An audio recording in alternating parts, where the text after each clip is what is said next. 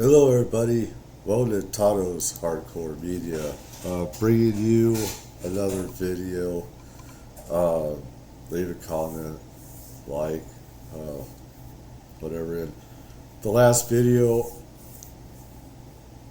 we could get too caught up in stuff that's going on in our lives, especially things that we can't control. And I said in my last video that these illegals are rats that are taking our resources and money and stuff like that. That was wrong. They're not all rats. That was bad of me and stupid to say that. And I do need to be held accountable for it. It's the politicians' fault. They have created this mess. Cartels. You have different governments. You have militias in different countries, armies that are making billions, tens of billions of dollars off of this, and I got pissed off, and I should be calling the board of supervisors. I should be calling politicians rats. It's not the people's fault. I need to, temper myself with that, because then I become a rat myself, and that can go with other videos and how my temper goes, and how, I personally am and stuff like that with personal experiences with different things. And nobody likes it when things get too toxic, even though what's happening to our country, what's happening is toxic, and it creates this hate. This is a politician's fault, not just in this country, but in other countries as well, as with cartels and other militias, militaries involved in this. And I do need to put that out there. I have to be honest about that. So we're going to get into this. This is 7 days ago, but it still holds true with today, of what is going on with leaders saying they're not going to comply with Trump mandates. That's pretty bad, because it means that they're saying fuck you to the people. Saying fuck you, we don't care about you. Like I said, our ancestors and so many other migrants that did so illegally have to earn our way. We have to find jobs, and we have to prove that we don't have criminal backgrounds and stuff like that. There has to be a legal, vetted way. And even with children, you don't know if that's their children or not. You don't know, if there's human or sex trafficking taking place. And this is what really pisses me off. It gets a lot of other people pissed off. And I think that, let's take a look. Folks, come on in. We are going to talk about the border migrant crisis. This is the go-to channel when it comes to the border. We've been to the border numerous spots, numerous times. We've seen And this is JLR firsthand Investigates. what went on both on this. This is JLR Investigates. Go watch him. He has stuff on this. I get my information not just from him, but from dozens of others as well. So I've been watching this stuff for a couple decades now. But Southern border and the northern border, and we report on the border continuously on this channel, reporting from the JLR Batcave. Come on in, come on in. You see the title of this video, Dangerous Standoff. Elections just happened, folks, a few weeks ago, and Donald Trump is now president-elect. He's made it no secret that one of his campaign promises will be mass deportation day one. He gets inaugurated January 20th, 2025. We've been seeing firsthand his appointment of Tom Homan for Border Czar, Kristi Noem for Department of Homeland Security, and he's not been shy about his plans of mass deportation, particularly calling out these sanctuary states and sanctuary cities. Now, what I've been monitoring, me and Magnolia have been monitoring, and I'm going to get her in the chat soon, is who's going to defy this mass deportation? Who's going to go against it? Who's going to fight back against the Trump administration's mass deportation? We've previously played a couple days ago Brandon Johnson, the mayor of Chicago. We pretty much did a whole video on him. He seems like he's digging his foot in the ground, saying that they're not going to comply with mass deportations, followed by the governor of Illinois echoing that, and Brandon Johnson, implementing, trying to get that $300 million property tax increase to pay for migrants for their One System initiative plan. As of right now, Chicago mayor is still trying to get that passed. $1 billion measure. He wants to put $300 million to give to illegals, to house them, give them food, rent, and all this other BS. While Americans on the streets are suffering and trying to earn their way. This is raising prices on everything.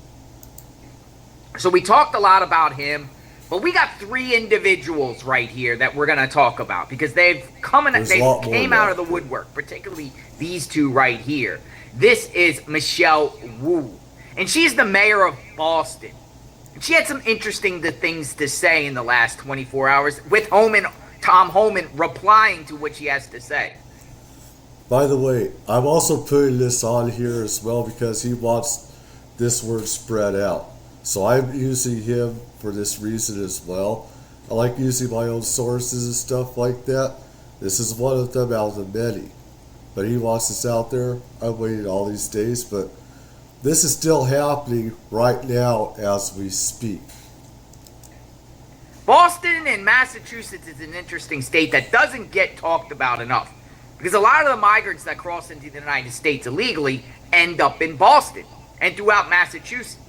And we've been seeing that for the last year or two, but it doesn't get as much attention as New York City, Chicago, Denver. We're going to talk about Katie Hobbs here. Katie Hobbs. She is the governor of Arizona, and she had something to say in the last 24 hours that we're going to talk about. Gavin Newsom, it's no secret, he wants to make California a complete sanctuary state. By the way, there is some sort of protest in front of Los Angeles City Hall today, Los Angeles County City Hall, in reference to the migrants. They want the city council to pass some legislation to protect migrants. We'll talk about that. So it seems like these three people have come out in the woodwork and made it no secret their intentions. It's a standoff, folks, because Wu is saying that she's not going to comply with ICE. She's not going to comply with Homan and none of them in the federal government when it comes to mass deportations. Now, there's other people that have come out. The Colorado governor, Jared Polis, right? He spoke in the last couple days, too. He seems like he's playing both sides of the fence. The governor of Colorado, he says that he's in agreement of deportations of criminals and gangs, migrant gangs, but he's not in agreement with deportations of working people that are came into the United States to work. This is the bullshit of how they say. Let me tell you, I'm okay with it if they're earning their weight, but not if they're taking our jobs, which hundreds of thousands have. And, they take, like, say California is $20 an hour. Well, if you can pay illegals to do it for 10 or $5 an hour, they're going to get hired instead. And this is one reason of many why the stupid $20 an hour thing I was against because nobody should be making $20 an hour for minimum wage unless you're a managerial, position. You shouldn't. That is total BS. You need to earn your way to make more money, not just make it, automatically. You need to earn your status in a lot of ways. I hate saying that kind of sometimes, but it's facts. Okay? And inflation went up on all our food because these idiots like Newscomb, raised the minimum wage. We all suffered for that. All of us suffered. Each time you raise the minimum wage, everyone else suffers. There's, the pendulum swings this way, that way. There's a yin-yang effect to all this stuff. He's not in favor of that. So he's kind of like on the middle ground here. But these two here, and in particular Katie Hobbs, I'm a little shocked on Katie Hobbs here on why she will not comply with ICE, considering that Arizona is a border state.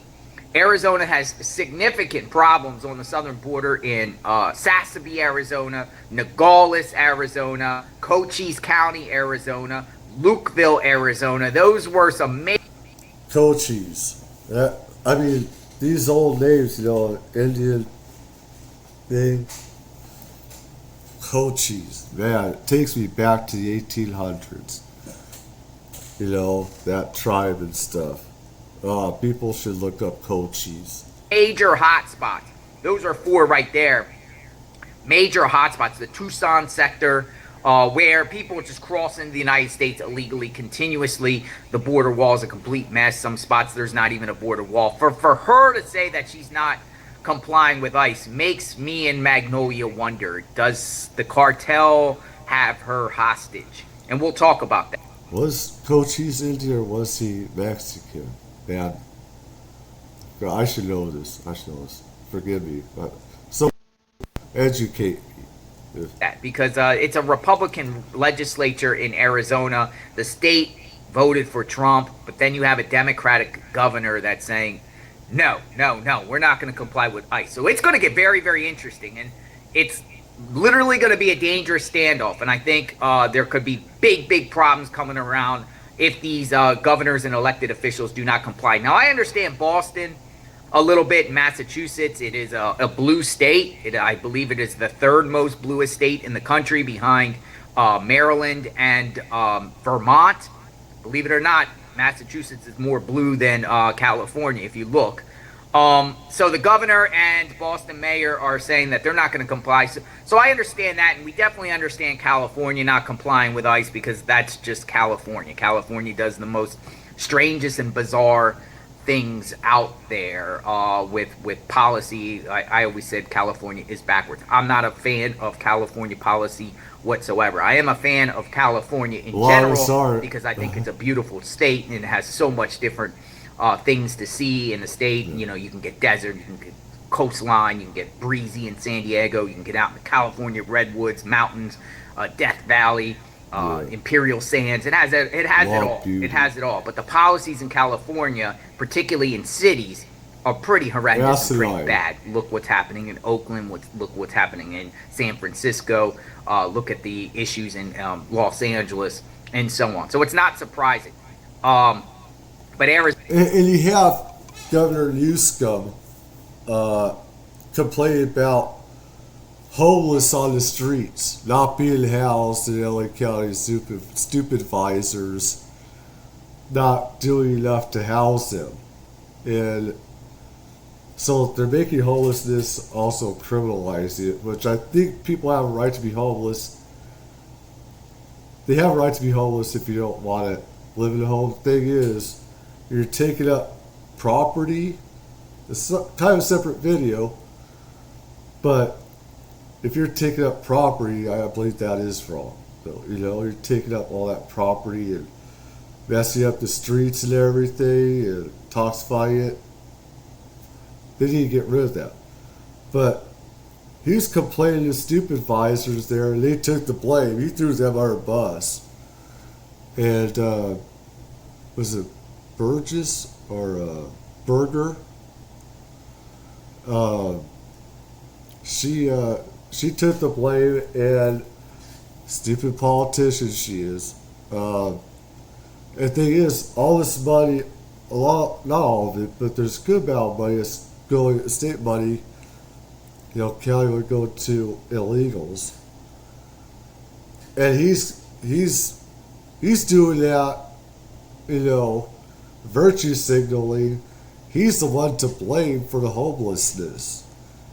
He alone is, and people in his circle of friends, they're jerking off to this, are part of the problem. They created this problem.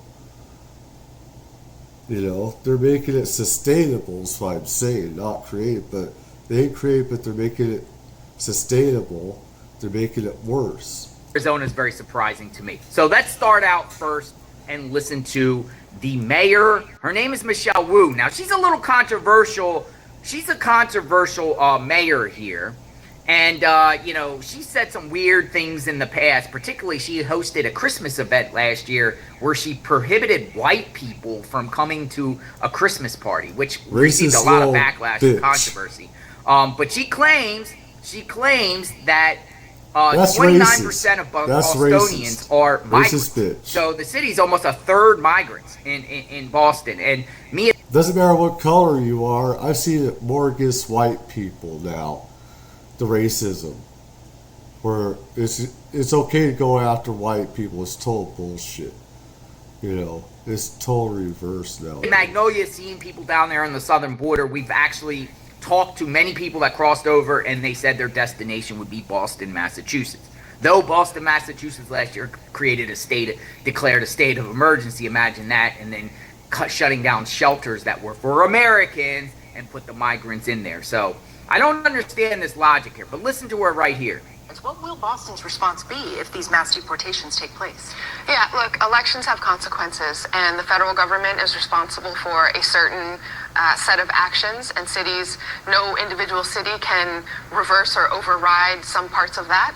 But what we can do is make sure that we are doing our part to protect our residents in every possible way, that we are not cooperating with those efforts that actually threaten the safety of everyone by causing widespread fear and having large-scale economic impact. Such a bullshitter she is. Let me tell you, you don't care about the security of your citizens or anybody if you're letting, illegals that aren't vetted, if you're not going through their backgrounds, if you're letting them run around committing crimes and not recording those crimes like these mayors and governors are doing, where they're not bothering to record them even. They're letting it happen. Which, has been happening in these states and in these cities. They're not even bothering to report. They're saying crime is down, and it's up, not down. And what kind of meth is she on? What type of crystal meth is she on? She's just a psychopath. These psychopaths in our government. And if you care anything about the people, if you care about their security, if you care about children, women, children, and other people, you're going to want, only people that have been vetted in this country, that don't have a criminal past and everything. You want it secure that way, and she's saying different. She doesn't, they want total chaos is what they want, is chaos. Not cooperating. So she claims she's not going to cooperate. She's not going to cooperate with ICE. She's not going to cooperate with the federal government. That's a crime, by the way. Yeah. So Holman responds to that. Actually. Holman, the new border czar. Holman responds to what she just said. And I got other clips of her and a lot of other rhetoric of her. I don't like that. I don't like what she stands for in the city of Boston.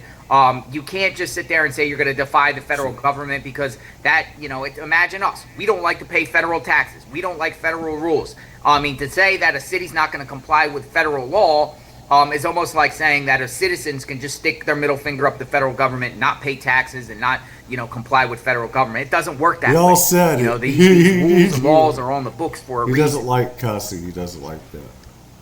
Defending our residents every possible way. Well, she's not very smart. I'll give her that. Because what I just said is President Trump's going to prioritize public safety threats.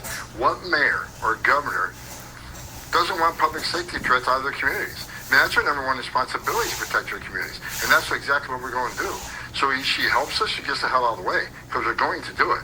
And look, there's a clear line here, and they can't cross a clear line. I would suggest she read Title 8, United States Code 1324 III, that says, you can't harbor or conceal an illegal alien from law enforcement officers. So I hope she don't cross that line. They can not cooperate, but there are certain laws in place that they can't cross, and I hope she doesn't cross it. But they will. They do. Title 8, 1324. What is Title 8, 1324? So he's basically warning. He's warning Wu, you better comply, or else. Title 8, 1324 is right here. Right here. Bringing in and harboring certain aliens. It's a crime. And he's referencing Title 8, federal 1324I. So what that means is, knowing that a person is an alien brings to or attempts to bring to the United States in any matter whatsoever such person at a place other than the designated port of entry or place other than the designated by the commissioner, regardless of whether such alien has received prior official notification to come to enter or reside in the United States, and regardless of any future. Now, like I said, and I told Magnolia that there's going to be a constitutional crisis again.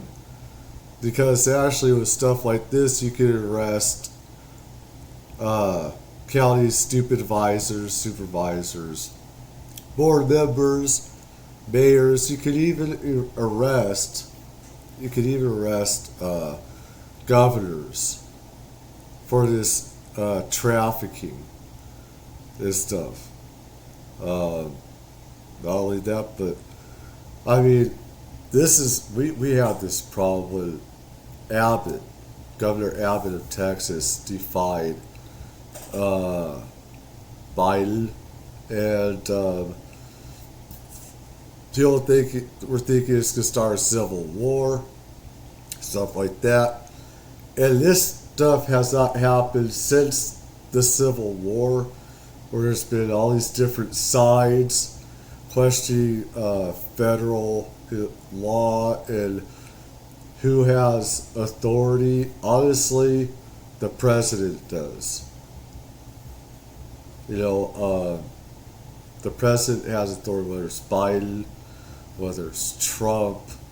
When it comes to this, the president, the executive branch, has total authority over this.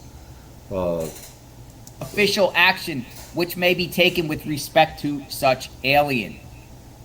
So, Wu better be careful here. Wu better be careful. Because if Wu is not careful, she could get herself charged, or I'm possibly thinking federal government is not going to be playing this time around. And I really think when they say that they are going to do mass deportations, I really feel if anybody out there is playing a dangerous game with the federal government, because you don't have public support like you did in 2016 when Trump was in there in 2016. At the beginning, like majority, a lot of people, not everybody, but a lot of people were resisting Trump, particularly when Trump was doing the immigration bans on people flying in from terrorist countries and everything like that. I mean, they rebelled. They took the streets. But this is a different matter, because Americans, I think the majority of the Americans, or more than not, we'll say more than not, because there's conflicting about majority. Is it more than 50%? Whatever. More than not support deportation at this point, seeing firsthand what was going on in the cities, their communities, and fearing what is going on over the internet.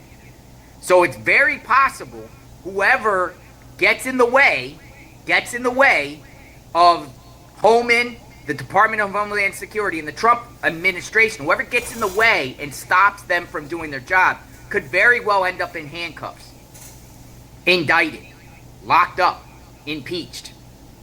What?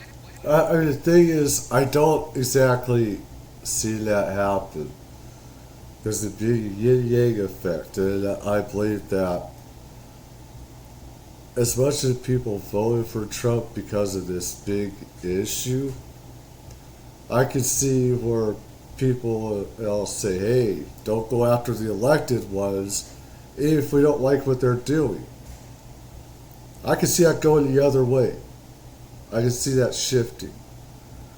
Because then they're scared, hey, if they go after these people, they go after the other side. Let's stop that from happening. The thing is, they do have authority to do it.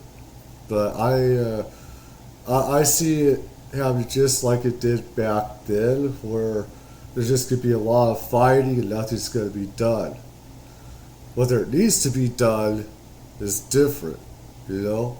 But I think it's just going to be a bunch of mudslinging on both sides. I don't see anything really them getting arrested, though. I don't, but could be wrong. Whatever. I mean, she's spoken before. She speaks crazy stuff. Like she doesn't comply. Now, I understand she represents her constituents. But it's only 30% in Boston that are migrants. I wonder how much that went up in the last 4 years to raise their population. But what does the other Bostonians really feel? Because sometimes politicians hijack people's minds, right? And a politician's in there and they get shielded and coddled by certain interest groups, but people don't like it. Particularly in Boston, where you had situations where migrants were taking over shelters and places. A veteran shelter had to close down and migrants took it over.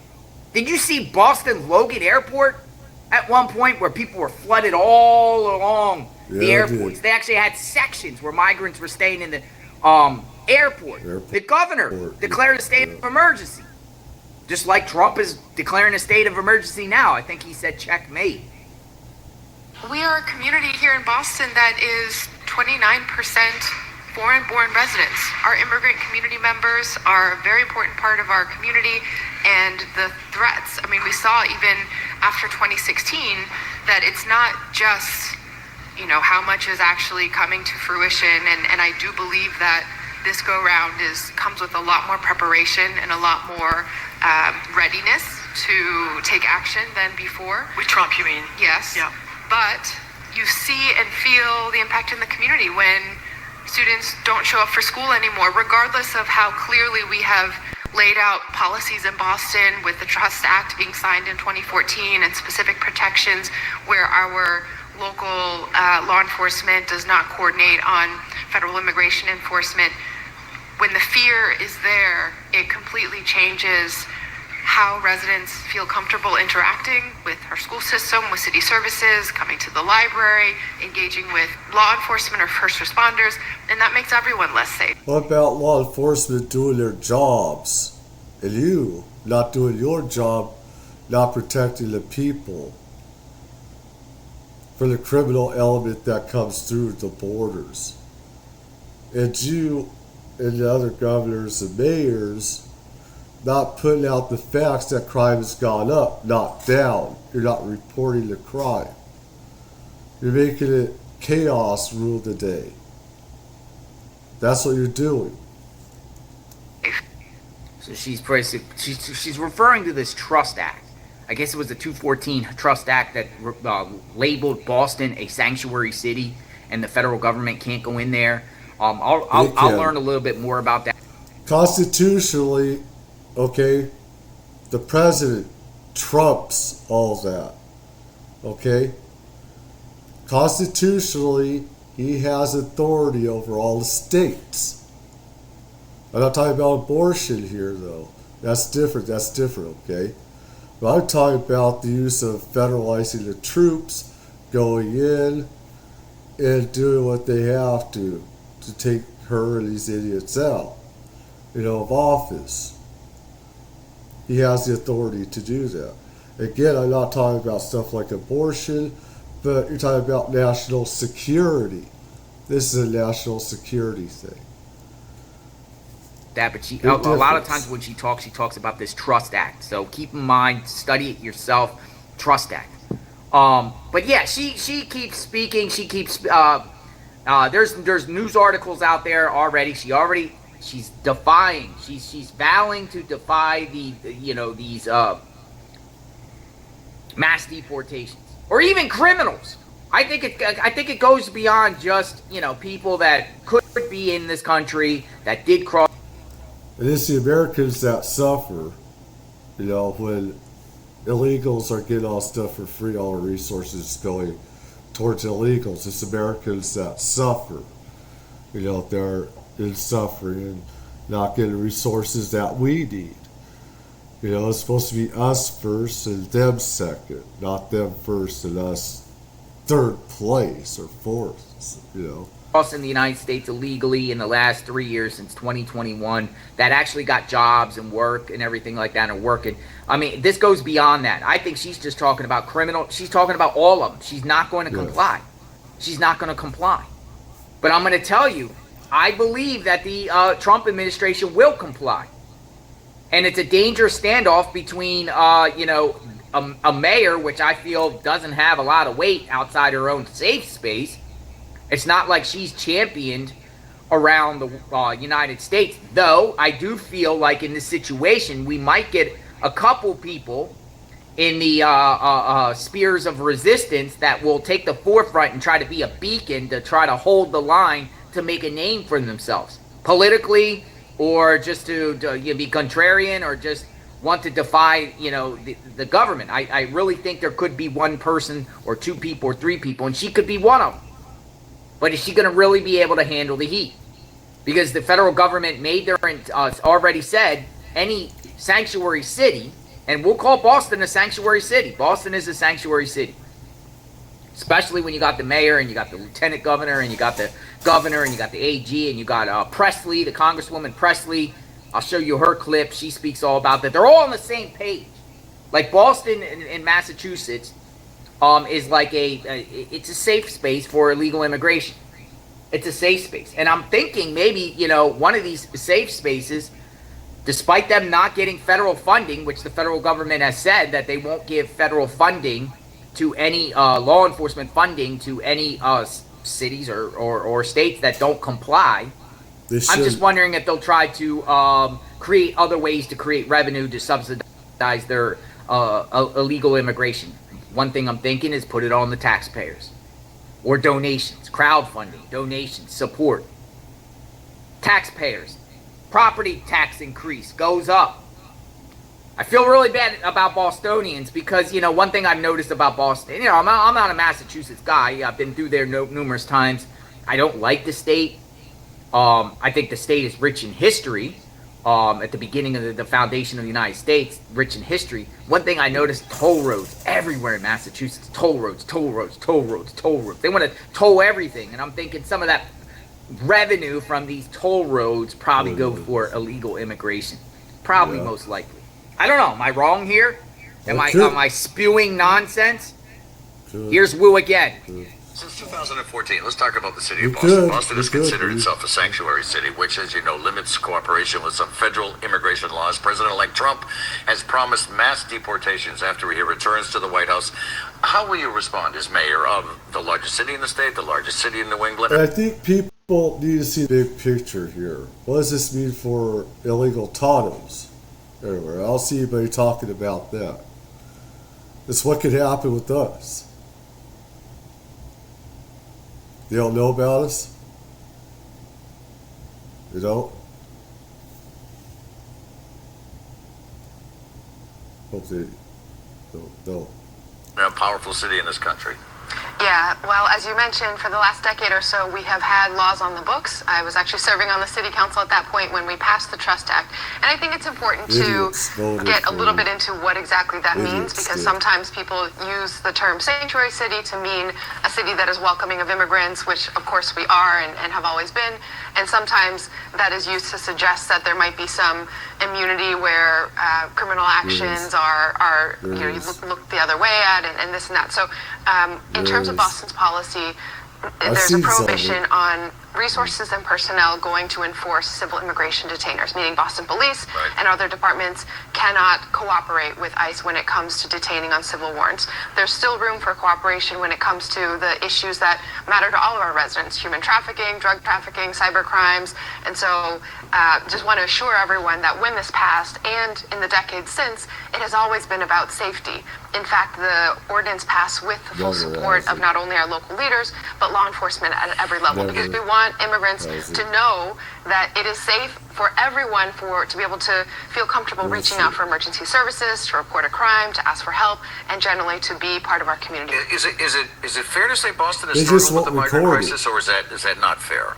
No, I mean, resources are stretched. We are already in a housing crisis, and we know that our shelter system, for example, which the city runs the individual adult shelters, the state runs the family shelters, at the individual level, we have been... And what she and others, mayors, governors, are not telling the city council, and others are making money off some of these illegals too, is that they're putting illegals in these shelters.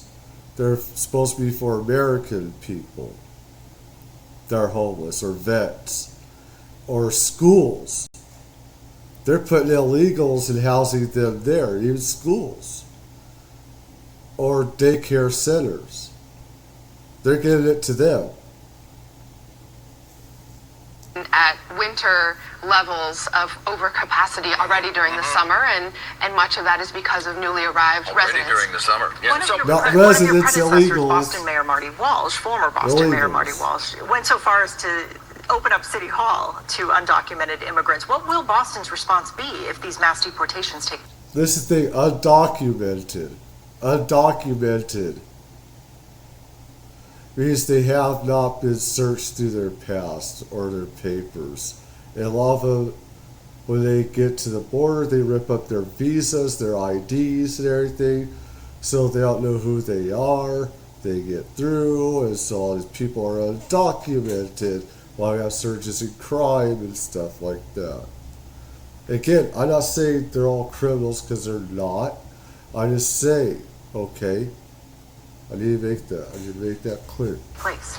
Yeah, look, elections have consequences, and the federal government is responsible for a certain set of actions, and no individual city can reverse or override some parts of that. But what we can do is make sure that we are doing our part to protect our residents in every possible way, that we are not cooperating with those efforts that actually threaten the safety of everyone by causing widespread fear and having large-scale economic impact. And then we are providing the spaces to reach out directly to our residents, because the last thing we want is for people who are part of our economy, part of our school system, part of our community and the fabric of our city to feel that all of a sudden they have to retreat into the shadows because of fear that reaching out to city services, whether it's calling 911 when you need it or taking your child to school, those are all city services that have nothing to do with immigration enforcement, and we will continue to protect our residents within those spaces. Voters made it. So she's using it as the guise of if mass deportations happen in Boston, residents will be fearful and they won't use the social services that Boston has. That's pretty much, they'll live in the shadows. Well, people usually that cross in the United States illegally anyway have to live in the shadows, and most of them get exploited because they know they can't be here. So people and employers and all types of people take advantage of them anyway. It already happened. Yes, they do. People that cross into the United States illegally through this process in the last 3 years, don't get a fair shake. There's corporations that use them. And there's people that exploit them. Rip them off. It's been that so way they live forever. in the shadows. It's not like they can live in mainstream society as it is. So I don't know her logic to that. It's been that way, honestly. It's been that way just about forever. That's the unfortunate thing. People will abuse them. Corporations, are laying off American workers, taking illegals in, like Tyson Foods and other food companies, in fast food or whatever. They're laying off Americans, they're bringing them in for cheap labor. And she's also acknowledging that, the social services, there's a strain on social services. Duh. Look at Boston Airport. Just less than a year ago.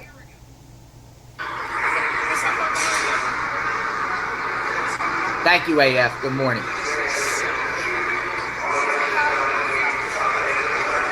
Migrants sleeping in the airport in Boston.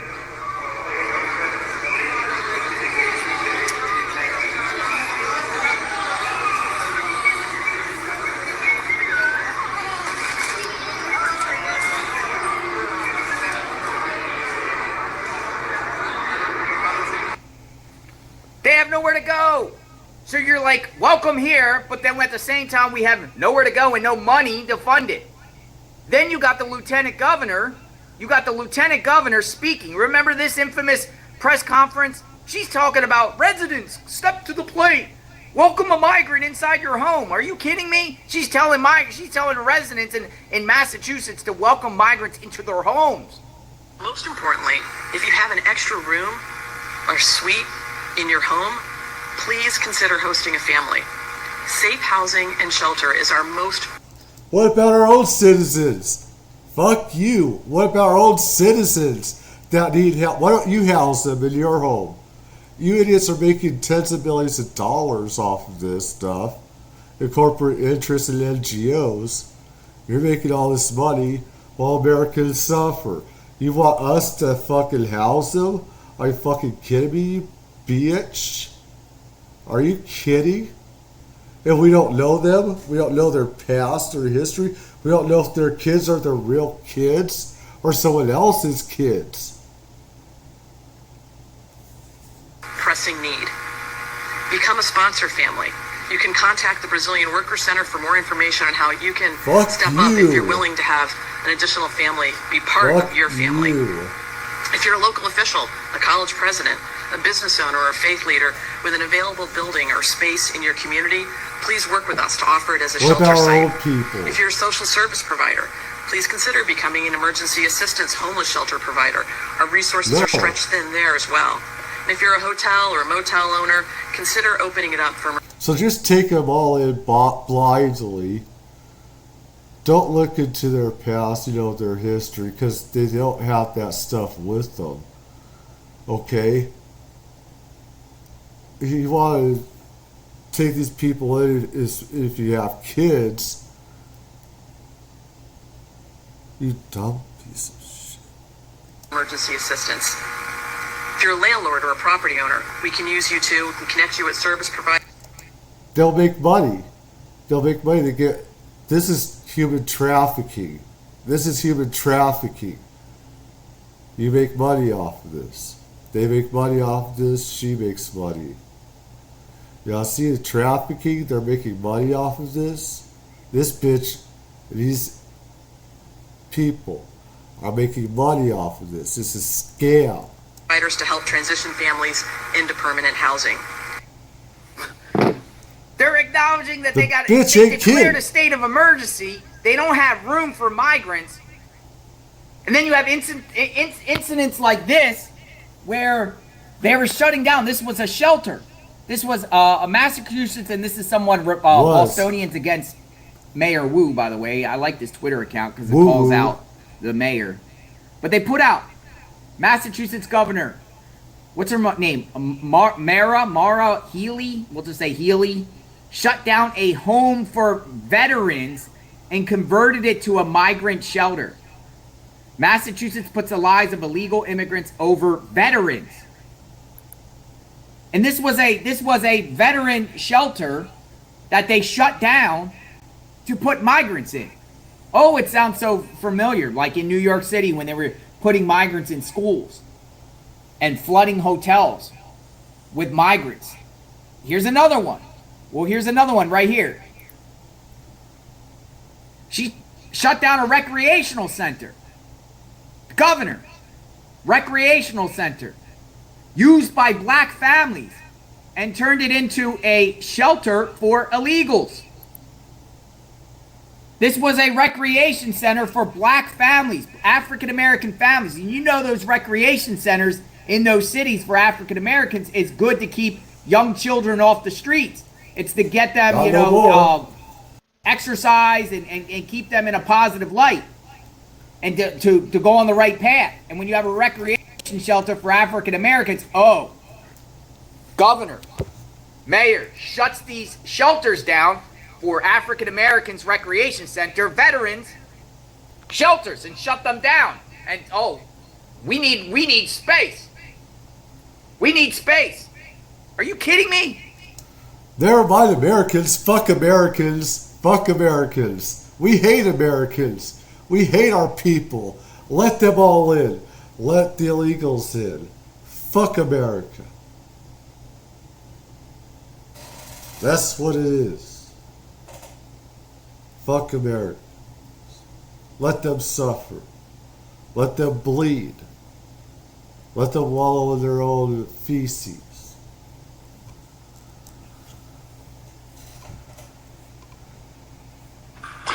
If the Trump administration Governor, would the Massachusetts State Police assist in mass deportations?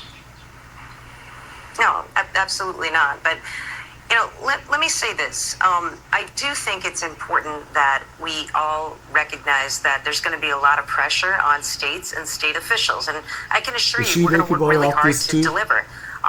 Some realities also need to be, noted, and that is in 2016 we had a very different situation in the courts, and while I'm sure there may be litigation word ahead, salad, there's a lot of other ways that people are going to act and need to act for the sake of their states and their residents. Say a lot better than regulatory authority and executive powers and the like. There's legislation also within our states. So I think that the key here is that every tool in the toolbox has got to be used to protect our citizens, to protect our residents, and protect our states, and certainly to hold the line on democracy and the rule of law as a basic principle, right? There is no democracy, there is only chaos. This is creating chaos in the streets, where even cops have been attacked by illegal gangs and stuff, by illegals and gangs. They're selling stolen property openly on the streets, okay? They haven't showed that yet. I don't know if they will, but you have illegals going to people's homes, okay, stealing their stuff on people's property. Then they go to the streets, to go to cities, they sell all this stuff, like battery packs, from drills and stuff like that. They sell all this stuff, clothes, everything. They just take it, they steal it, and they sell it in the inner cities, the city and stuff like that. And it's stolen because they're all dirty. The battery packs and also other stuff's dirty. They're not clean. So it's stolen. I've been around people that have stolen stuff. What's stolen. What's clean. What isn't stolen. So they say hold the line for democracy. So legal migrants represent democracy. Is that what she's saying? Chaos. Is that what the governor, Healy, is saying of Massachusetts, that they got to hold the line and defy the federal government in the interest of democracy? Are you kidding me? Are you kidding me? So state police of Massachusetts not going to comply with, or assist and help the federal government round up violent criminals that cross in the United States illegally. Tren de Aragua, MS-13, the gangs. And then she plays a bunch of word salad. I like this resident here. This one calls it out. She calls it out right here. Now I just know I didn't just hear what I think I just heard. Let me play it for y'all so that y'all can verify with me that I just heard the same bullshit that I think I heard. Listen to this. If you have an extra room or suite in your home, please consider hosting a family. Safe housing and shelter is our most pressing need. Become a sponsor family. You can contact the Brazilian Worker Center for more information. Ho, is you cool? I know this motherfucker didn't just ask us to house some immigrants. Don't be sorry. We don't have no extra room. Girl. We don't have no extra groceries. We don't have no extra money. We don't got no extra water. We ain't got no extra electric. No extra heat.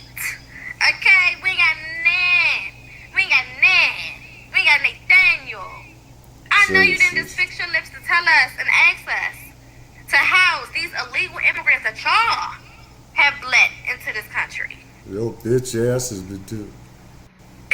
Is y'all okay? Is everybody all right? I mean, honestly, y'all have been tweaking the fuck out for the last couple of days after this man has been elected, and I'm just really trying to figure out why in your whole head, okay, would you ever think that it's going to be smart to get on the news and to ask the people of this country if they can house people that we don't even want here because they didn't come here legally and they've been getting more help and resources than those of us who have been suffering under this whack-ass economy. I know you didn't just formulate your lips to ask for some bullshit like that. Am I tweaking, or did y'all hear what is we hearing the right thing? We feel it. We feel it, sis. Because we feel it. This is a Twilight Zone. Sorry about the language, but I mean, she really, yeah, she's preaching it. Like, listen to her. Like, she's like, are you at the audacity, bro? You know it. Say that your resources are all stretched thin, and you got to bring migrants. They're encouraging all types of residents of Massachusetts to bring migrants in their home because they don't have enough resources. But at the same time, now saying that they're going to defy the Trump administration and not work with ICE to deport the thousands that are in Massachusetts, draining up the resources. It makes zero sense. Zero. And she's right. It is almost like Twilight Zone stuff. Do-do-do-do-do-do-do-do. It makes zero sense. Hello? I like that. I'm glad I played that clip. Though, I shouldn't have played the language. What do I got here? You play it. It's real. It's real, dude. I'm telling you. State of emergency due to emergency shelters there reaching capacity with migrants. Officials say there are almost 5,600 families and over 20,000 individuals in Bay State shelters. This is 80% higher than this time last year. Governor Healey's administration is now asking Massachusetts residents to help with the crisis. If you have an extra room or suite in your home, please consider hosting a family. Safe housing and shelter is our most pressing need. Become a sponsor family. You can contact the Brazilian Worker Center for more information on how you can step up if you're willing to have an additional family be part of your family. In the governor's letter to the federal... What the fuck, Brazil? Why don't the people take over the government? Revolt against the government, take these governments over. Listen, I know some Brazilians out there. I love Brazil. I love Brazil. I love Argentina. I love these South American countries. Okay? It's the same with this country, this government, or other governments. Overthrow the government. Destroy it, rebuild it. You need to take it or you need to overthrow it. You need to destroy it, make it better, and rebuild it. Same thing with this stupid ass government. I feel the same with this government. Because I know of all the corruption and all the BS that's happening. It's gone bad, But people, it's like, thing is, we can't take care of everybody. And I know some Latina Brazilians out. I love you. Trust me. You know I love you, baby. You know I do. I no disrespect to you. All right? You know I love you, Babila. All right? But, and then there's, Portuguese tongue, stuff like that. I need to learn about it. Anyways. Government on Tuesday, she stated that the crisis is currently costing the state of Massachusetts $45 million per month on programs to assist the families. Now, that was last year, folks. So I want to make that clear.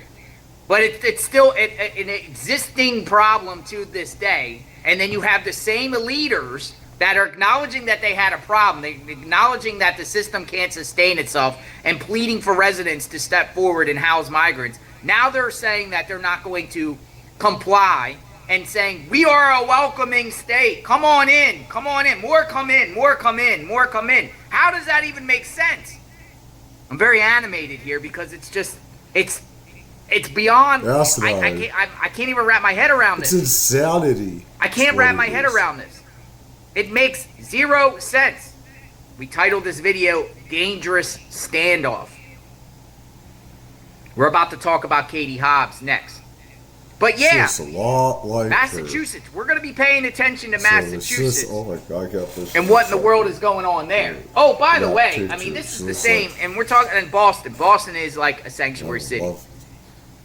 This is the same mayor.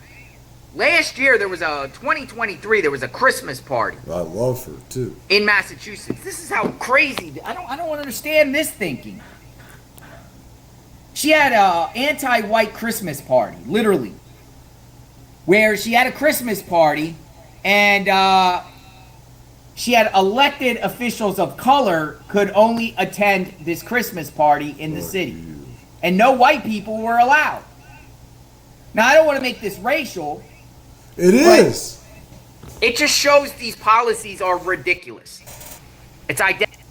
Call racism racist what it is. It doesn't matter what color you are, all right?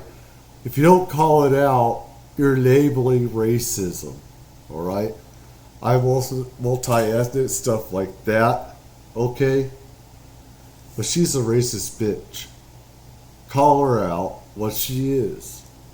Identity-based politics, it's total backwards. Make it make sense, people. Make it make sense. Now let's talk about Katie Hobbs. Racism is racism. We're gonna move forward here. Katie Hobbs. Oh, by the way, I want to play one more clip because we forgot about the Congresswoman from Massachusetts. I forgot about the Congresswoman because I've always when I see which states are going to comply or whatnot, I try to understand who's going to back them. With Illinois, you got the governor and you got the Mayor Johnson. They're basically on board saying that Illinois is going to be a sanctuary state and Chicago be a sanctuary city. I don't know how long that's going to sustain itself. We already did a report on that. We just did Massachusetts. You got the governor. You got the... One person in chat, I didn't see all of it, but yeah, some states, you let these people into your homes, they can legally take it over in a way. They could take it over, or they could legally stay there forever. You can't kick them out because the way these stupid politicians made laws, they made it where you can't kick them out. So if they turn out to be criminals, and if they do something criminal to your kids, you can't kick them out. You can't kick them out. AG, you got the lieutenant governor, you got like Mayor California. Wu, now you got Presley. She speaks about it too, Presley, before. Too. But they're all on the same page. And when you have a certain area that's all on the same page, they're going to pretty much defy what Trump and his administration is going to do, it seems like. I don't know. You decide. I'm gonna let you listen to a clip on Presley. No doubt about it. Our border is secure, and we're in the midst of a humanitarian crisis, and we have to fix a broken system. Wait, and we also you think it is secure? You think the border is secure, or it is not secure? I believe that we are in the midst of a humanitarian crisis, and there needs to be federal investment to support those migrant families. And I work with a number of those community-based organizations on the ground, and they need more support. They need more federal support. This is a humanitarian crisis, and it's the consequence of a number of long-standing broken policies that are very consequential for asylum seekers, TPS holders, and DACA recipients writ large. But that is a conversation for another day.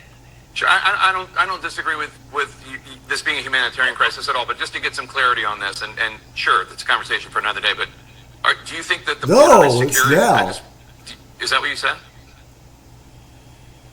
Yes, the border is secure. And we're in the midst of a humanitarian crisis that has been created by a broken system.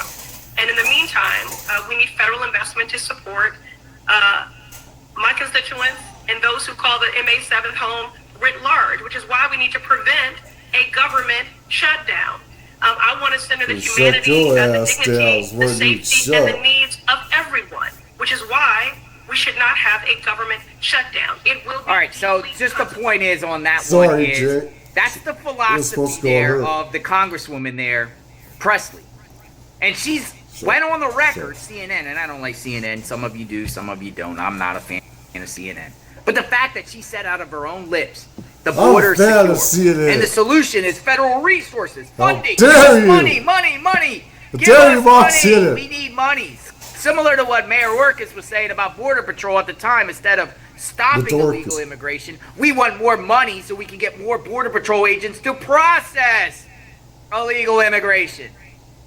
Presley's probably in it up to her eyeballs with these organizations and NGOs in Massachusetts. Oh, they're not going to acknowledge it's a problem at all. She had the audacity to say the border's secure. Come on, folks. She get paid. The nation spoke a couple weeks ago. The number one issue in this country right now is the securing of the border. It supersedes everything. It supersedes foreign wars. I think it supersedes the economy. I think it supersedes everything right now. There's a lot of issues in this country we can talk about. But border is what we talk about on this. We talk about law and crime on this, true crime. But the border is the number one issue. So you got a congresswoman from Massachusetts aligning with what the others are saying. Nothing to see here, no problem here in Massachusetts. You know, we don't have the money, but we need more federal funding. Well, guess what? Listen to that. She's saying they need more federal funding for the migrant crisis, right? In Massachusetts. You think that the federal government, starting January 20th, 2025, you think the federal government is going to start funding this craziness and start funding these NGO organizations? No. So how are they going to pay for it? How are they going to say at the same time? I think that there is a possibility of these states getting some funding. Nobody wants any type of humanitarian crisis, though, or disease and famine is widespread. You can see on the news, because the news is going to report this, and people can feel sorry for them. I would as well. But even though it should be withheld, it should be. I remember this happening last time Trump was in office, and he withheld some funding, and they gave some back. You know, so I could see, you know, that happen. Time they need funding, but at the same time they're saying that they're going to defy deportations, and at the same time saying immigrants are welcome here. Immigrants are welcome here in Massachusetts. Make it make sense. We're not politically correct on JLR Investigates, by the way. And we're not a political channel either. This is common sense. This is literally common sense. Look inside the new temporary shelter, which will be a safe space for hundreds of families over the next few months. The Melnia Cass Rec Center. A recreational center in Roxbury, now a temporary safety net site with beds, play areas, and other necessities for incoming migrant families that the governor and community leaders toured today. We're here today because we really don't have a choice. State and city leaders say they've all been moved by the plight of families, many now camping out at Logan Airport with no place to go, and a state shelter system stretched to the limit. When children are asking, Mommy, where are we going tonight? Where are we going to sleep? It's a human crisis. Shame on Haley! Shame on Will! But the plan has received mixed reviews in the community, since the recreation center is also a vital resource for youth and adult programs. We sympathize with them. We as a people in our community, we love. But sometimes we love so much that we spite our own selves. Alternating toe touches. Tony DeRoca with Boston United Track and Cross Country coaches young athletes in a free weekly program here, and now doesn't know where they'll go with a meet set for Sunday. We have kids who also impacted negatively, and our program is one that very few stable times of their life. I've been going here for like 2 years now, and like it's been like a second home to me. But the decision to make it a temporary home until May 31st for migrant families is called humanitarian, but also difficult by some. And Boston Mayor Michelle Wu acknowledged that today. This is not the first time that this community has been asked to sacrifice over and over again, and so we'll continue to work with the state and ensure that all options are on the table. Now the governor. So that's basically, them shutting down recreation centers. This was last year. But again, it defies what's actually going on right now. You would think that these elected officials there in Boston, the mayor and all them, would say, okay, change of administration, now we can kind of get at ease here, and ease the flow of migrants and, just comply with the federal government. We're still going to get the funding and deport and stop this ridiculousness. How in the world is it fair for African-American families to be going to a rec center and be kicked out of their own rec center to host and welcome migrants? I never understand that. And that's why residents fired back. And they will continue to do so, and we'll see what happens with this. Let's jump. We're going to talk about Katie Hobbs. Because Katie Hobbs is in the news here. Katie Hobbs, where are you, Katie Hobbs? Right here. The governor of Arizona. She speaks. Now, in Arizona, I'm a little bit dumbfounded about why Katie Hobbs would suddenly do this in Arizona. When hearing about the Trump administration's plans for border security, the emphasis really is on this mass deportation. What we saw here today is the actual work happening at our ports of entry that are interdicting drugs, keeping those drugs off our streets, and we need more of that to secure the border here. As you know, Trump has promised that he would carry out mass deportations on day one of his presidency. Your state is estimated to have 250,000 undocumented immigrants. Some Democrats in your state, like Phoenix Mayor Kate Gallego, say that she wouldn't allow police to be used to carry out this plan. Would you, as governor, allow state police and National Guard to carry out mass deportations? Put it back in the car. We will not be participating in misguided efforts that harm our communities, and I've been incredibly clear about that. What's that mean?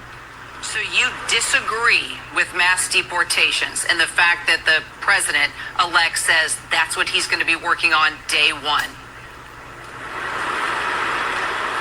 Well, I think that those efforts are going to divert needed resources that we need here on these drug interdiction resources. What the heck? Trafficking efforts, the fuck you say? to keep harm out of our communities. We need those resources here, and coming here today and seeing this operation firsthand just underscores that working in partnership here is how we can best secure the border. All those lies she has to put out about mass deportations. I think the diversion of law enforcement from the work that they do every day to keep our communities safe. People hiding in fear. We saw that of illegals, under previous state policies here, and it They're harms hiding from the communities. It tears families apart, and we're not gonna. That's not gonna happen on my watch. What in the world did we just watch there? What in the world did we just watch there? It doesn't even, she doesn't know what she's talking about. What is Katie Hobbs even talking about? Blah, blah, blah, blah. What is Hobbs even talking about? Now, the question was, are you going to use your own National Guard and state police to assist in mass deportation? She's not going to do it. But I don't think she has a choice either when it comes to ICE. Honestly, if the president wants to, any president could do it. They can federalize national, whether by force, constitutionally, by executive branch. he can order all troops to do that. Doesn't matter what the fuck she says. Listen, that's just under the Constitution, what every president has the authority to do. Because Tom Holman made it perfectly clear that they're going into communities. Arizona is a major, major hotspot for illegal immigration. It's all over down there. Matter of fact, I just retweeted, let me get here. I just retweeted Border Patrol down there. They just apprehended yesterday. Let me get this tweet. Down there by the Indian reservation. See, the problem with Arizona is there's a large Indian. I have reported this as well.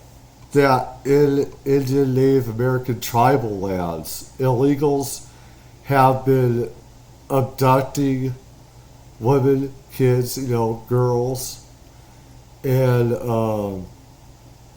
it's not getting reported on the news. None of it's getting reported. I wonder why.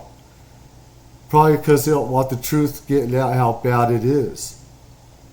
And I blame some of the tribal leaders of these, native lands, I blame some of them not putting the news out, going to different media, because I think it needs to be told of, women, kids being abducted into sex trafficking. Illegals coming over board and they just take them. Reservation right there, just west of Sassabee, Arizona. And the Indian reservations prohibit border wall. That's something that might have to be changed too. Somehow bullshit. The federal government's going to have to supersede safety over tribal land and put these. Well, the way that is some of the people in charge of those tribal areas don't speak for the people. They don't speak for the people. Okay, on security stuff like this. But they also see it as, look, everybody, this is a nation of migrants. Even tribal people, Indian, Native American people, migrated here from, South America, Latin America. They migrated to the north. Everybody migrated from somewhere. So that's why some of them are against, this wall thing. But they're obviously not carrying their own people when they don't want, security there. They don't care about their own people. It pisses me off. Put these border walls, because what it is the migrants just can walk right across the border in Arizona. On the Indian reservation, it's called the Tohono O'odham Indian Reservation. But yesterday in Arizona, we have a problem. We have a problem in Arizona. This is yesterday. And this is Chief Border Patrol Agent for the Tucson sector. Says, 3 Point Station agents encountered a group of 232 migrants from 7 different countries who illegally crossed the border near San Miguel, Arizona. That's on the Indian reservation. The group included single adults, family units, and unaccompanied children. The group was safely transported to processing. 232 migrants crossed yesterday in Arizona. But Katie Hobbs says, oh my God, this isn't a problem. This happens every day. The Tucson sector of Arizona probably is the most busiest sector in the United States right now. Probably. Though it's picking back up in Eagle Pass. San Diego sector is very wild too. But the Tucson sector. But she says there's no problem. She's saying that we're not going to do this. We're not going to do mass deportations. Are you kidding me? There's literally holes in the wall in Sassabee, Arizona. We've made video after video where people are camping out there, waiting for Border Patrol to pick them up. Literally holes. Cochise County, gotaways. That's where Trump and J.D. Vance went in the last few months. It's gotaway heaven there. It's people climbing over the wall every day, dressed in all black and camouflage. Sneaking in. Lukeville, Arizona. Remember, we just interviewed the other day Just Jeff from California. He does great work down there. He was perched out in Lukeville, Arizona last year, and they were cutting through the beams. Thousands and thousands of fighting age men from Africa coming in Arizona. Me and Magnolia, Tucson, we would go down to Nogales. And Nogales, there's holes in the wall, and every 15 minutes, a wave of people would go right through the hole. And Border Patrol would just round them up. And she has the audacity to say that there's no problem in Arizona. Are you kidding me? And what in the world is she thinking? You have a Republican House, a Republican Senate in the state of Arizona. Yeah, she's a Democratic governor, but she has a Republican legislature. Yeah, there is 2 Democrat senators. And you have a state that voted for Trump, and she's going to defy the legislature. This is going to be wild. And it's dangerous I would say it's dangerous for her. For her, politically. She's playing a very, very dangerous game here, defying the federal government and defying most of the voters in Arizona. Arizona is a mess. And I believe that one of the problems that one of the solutions for the federal government to fix it is to secure the border in Arizona. It definitely needs to be fixed all along that southern Arizona border. There's hot spots everywhere there. We plan to go back. So I don't know what she's playing. She's playing a dangerous standoff also. And as she all talk, we'll see. We'll see. I'm going to play this other clip, and then we're going to get Magnolia in the chat. California. California's up to something, too.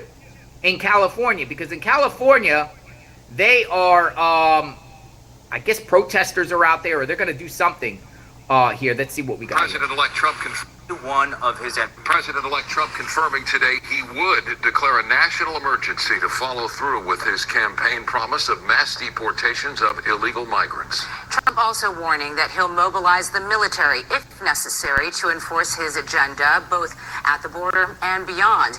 The architects of Trump's policies claim that deportations will be targeted and focused on public safety and national security threats, and would include an estimated 15 million people who are in the U.S. illegally. However, some within Trump's own circle say the detention and deportation of immigrants. Well, he said right there, towards the criminal national security, potential real threats of 15 million people. That was very well clarified right there. Clarity right there. Not going after everybody, but looking at everybody and vetting them. That's what we're supposed to do, is vet these people, every single one, okay, including me, which probably wouldn't make it through this country. Let's move on. Could be sweeping and indiscriminate. KTLA's Carlos Saucedo has reaction tonight. Carlos? He's in Los Angeles, Hollywood. Like I shared, Mr. Trump has been clear that mass deportations would start on day one of his administration, but there's been pushback against him using the military to do these type of roundups. This, as local officials say, they will not comply with federal authorities. Arrest them. Vowing to keep his hardline campaign promise on immigration, President-elect Donald Trump responding true to a post on Truth Social that he is prepared to declare a national emergency and use military force to carry out his mass deportation plan on day one. No, yo no tengo miedo. Jose, an undocumented day laborer, came from El Salvador 10 years ago. He tells me in Spanish he's not worried about the mass deportations affecting him because he has no criminal history. Siempre han deportado gente. He admits others in his situation are more anxious. It's still unclear how the massive roundups will work. Trump's transition team says the...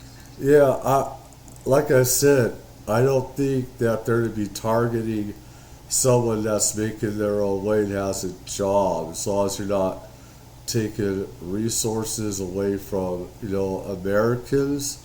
I think that'd be wrong, unless, you're like taking American jobs. I do something wrong with that.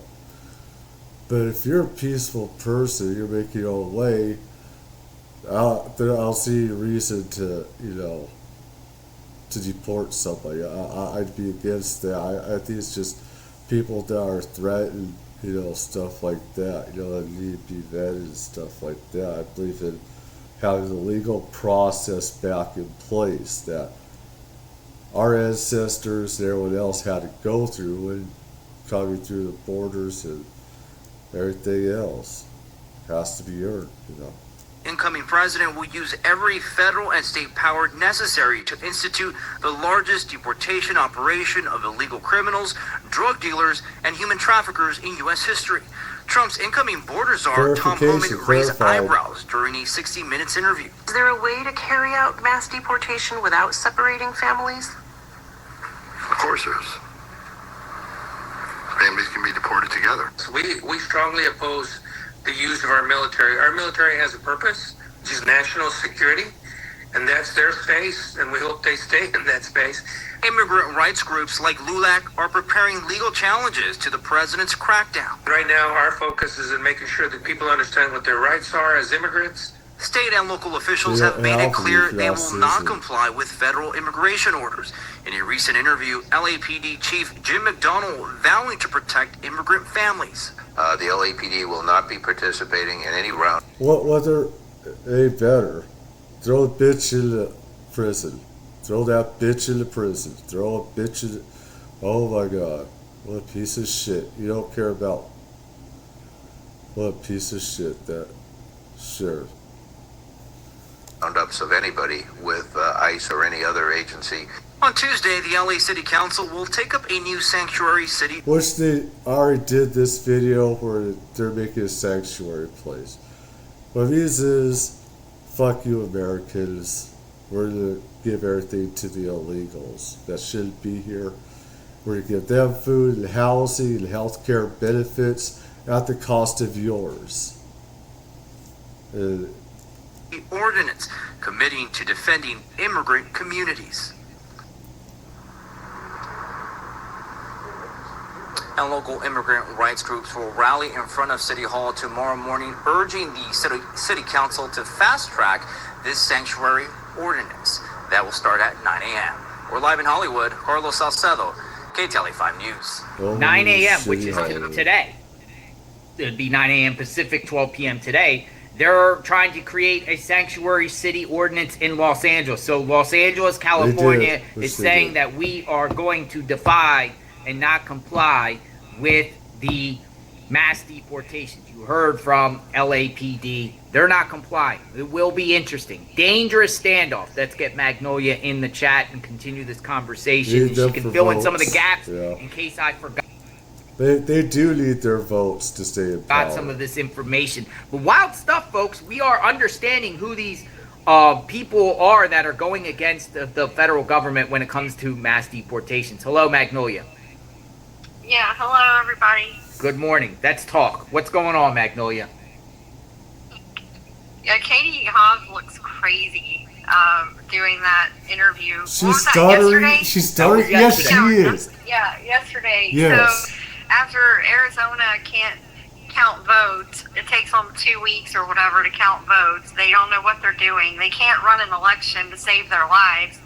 But she has all the time in the world to stand there and say she's not participating in the Trump administration's plans. It's like, at this point, I feel like Arizona is almost like the laughing stock of the country. Not only that, but she's low IQ. California can't. I think California is still counting votes, and it's November 19th. Yet they're so big and bold that they're going to say, "Oh." Like I said, I think that Republicans could have won California, but they won't count it. All right, I vote for both sides. Okay, but I'm telling you, call me out on this. If Republicans won California, they wouldn't count it. Well, we're not going along with the federal government. We're going to do our own thing. Meanwhile, they can't even count votes. Yeah, I just feel like Katie Hobbs has this low IQ way when she speaks. She plays a lot of like it doesn't seem like she knows what she's talking about here, and tries to spin it. She sounds like a Valley girl. So Somebody said she talks like a valley girl. Now you said something to me which is interesting. You think that the cartel has a hostage over her? Well, there's got to be something going on with her. I mean, you have to at this point entertain the possibility that she's compromised by some type of group, some type of external influence. Because and I told Max, I said, you think that they're really controlled by the cartels? And it's like me, I'd have to see proof of that. But the thing is, it does make sense where it's like these countries are funding them off the NGOs and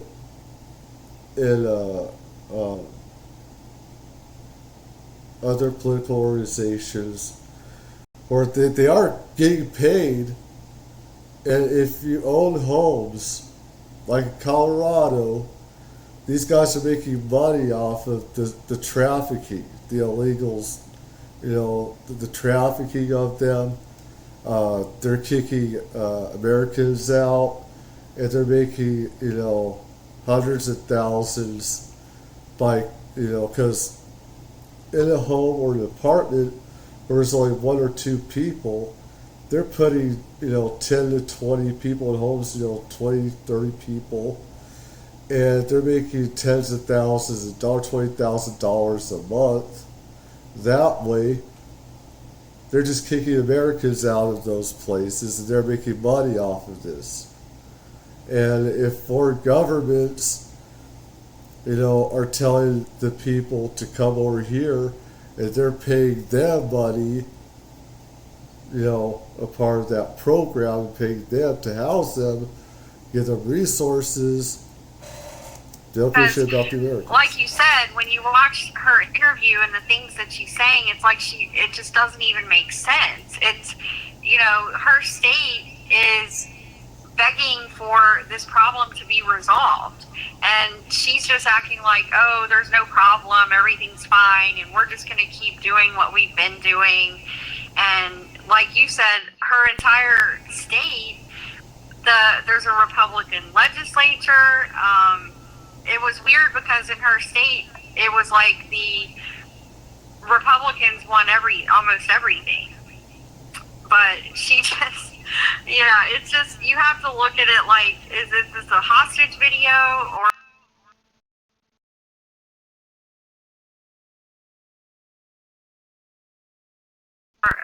does she need to blink twice for help? Like, what are we doing here? Because it's like the words, she's saying the words, but they're not making any sense when you look at reality. Yeah, I think the first governor to crack will be her. Reason being because she doesn't have a cooperating body of government like these other states, like California. California, that's a blue state. Massachusetts is a blue state. I was shocked to know that Massachusetts was so blue. It's blue. I mean, it's the third most bluest state in the country behind, in this 2024 election. Only Vermont and Maryland voted more blue than Massachusetts. And so, but you have an entire body that seems like they will back Massachusetts, California. But Arizona, she just seems like she's going out on her own here. And I think she's playing herself out of all this dangerous standoff. I think she's the most dangerous of the standoff. Like, she's playing the most dangerous game because she's dealing with a state that's literally a border state. So is California at the bottom. But her state is a prime hotspot, particularly the Tucson sector. Overall, I have to look at the numbers, but the Tucson sector is definitely rocking and rolling more than every other sector in the southern border. Continuously. And it's still rocking and rolling. Yeah. So what in the world is she doing? Yeah, it's so baffling, and you really have to just wonder like what her motivation is with this. I honestly, I don't know how she got elected. I don't know how that's possible because she illustrates time and time again that she just does not care about any of this. Now, the other one, though, that we were talking about before, Michelle Wu in Boston, the mayor there, I don't think that she has as much support behind her as you would think, because it is a blue state. I don't think that there's widespread support for these policies anymore. Well, because the Boston Herald is calling her out. Send me that article. Let's see. Are we talking about which one? The Boston Herald? Send me that link, and then I'll take a look at it. The Boston Herald is who said that her policies are creating a dangerous standoff by vowing to protect illegal immigrants. They're basically, it's almost like each one of these leaders that we keep seeing, it's almost like they're reading from the same script that just does not align with reality, and people are calling them out. Because she got up there and she said on this interview, elections have consequences, and the federal government's responsible for certain things, and cities can't override that, but we plan to protect all of our residents in every possible way from the Trump administration. She's saying all these words that just don't really land with reality. And she's getting called out by publications like the Boston Herald, which is one of the biggest newspapers there. She's saying that she wants to keep people safe, and she's saying that creating widespread fear is not keeping people safe, and we're not going to participate in that. But they're pointing out that how does she think that's going to work? How is she protecting people and keeping people safe when she's actively obstructing ICE from going after felons and criminals and things like that? This is the issue. So the sanctuary policy. The same with the LA County Sheriff or LA Sheriff, same thing. Guy needs to be thrown in prison for life. There, and I believe this is it's similar to this in New York. So basically, the sanctuary policy they have in Boston is called the Trust Act. Yes. And they passed it in 2014, and it was revised back in 2019 when Trump was president. It was revised. So what it means is basically that their law enforcement, like their police department, is not allowed to participate in any type of ICE detainers. So that means if someone is supposed to be deported for whatever reason, the police department is not allowed to use any of their resources or personnel or anything like that to ask them any questions. They're not allowed to interrogate them based on their immigration status, basically, is what it means. And that includes criminals. The only exception to this is they are allowed to participate when the criminal in question is part of a human trafficking, a drug trafficking, some type of crime like that. Violent crimes. No, not violent, not just violent crimes. It's very, very specific. Narrowly tailored. It's certain criminal investigations that they're allowed to participate with ICE, but it's only certain criminal investigations like human trafficking and drug trafficking. So not murder. So not murder. If it's just a random child rapist on the street, it does not apply to them. If the federal immigration customs enforcement, only if they're doing an investigation into a human trafficking ring, and let's say an illegal in Boston is suspected to be part of that ring, then the police can cooperate with ICE. Then and only then. So that's why you have so many of these criminals that are just released into the street over and over and over again, because it doesn't apply to certain things. And it doesn't apply to any civil immigration matters whatsoever. So that means if someone is here and overstayed their visa, maybe their temporary protected status expired, whatever, and they're supposed to leave the country, they don't get involved in those cases at all. So all of those people just stay, and she's justifying it by saying, well, we don't want them to be in fear, and we don't want them to be afraid to send their children to school, and we don't want them to be afraid if a crime is committed against them. But that creates the exact opposite where they are afraid, That's the polar opposite of what she's creating. The citizens, I guess, aren't supposed to be afraid when you have illegal criminals on the street. So it's just not lining up anymore. And I think it's kind of like we talked about yesterday. Things have just gone way, way, way too far. And people like these individuals on our thumbnail, they are just completely out of touch with the citizens of this country. They're completely on an island by themselves. They're living in some sort of la-la land with Brandon Johnson. Well, that's what I was going to reference, Wu to Johnson. Not living in reality. So with Wu, okay, so she's citing, when she was talking those interviews about not complying with ICE and stuff, she's citing that 214 law. She's citing it. She's basically saying, well, we have laws on the books that prohibit us from cooperating with ICE as justification to not comply. It's not. But here's the thing, Magnolia. If they continue to be openly as a welcoming, sanctuary city, and they're running out of money, eventually you're going to see possibly what we're seeing in Chicago right now, where, residents start going to these city council meetings and actually really speak out.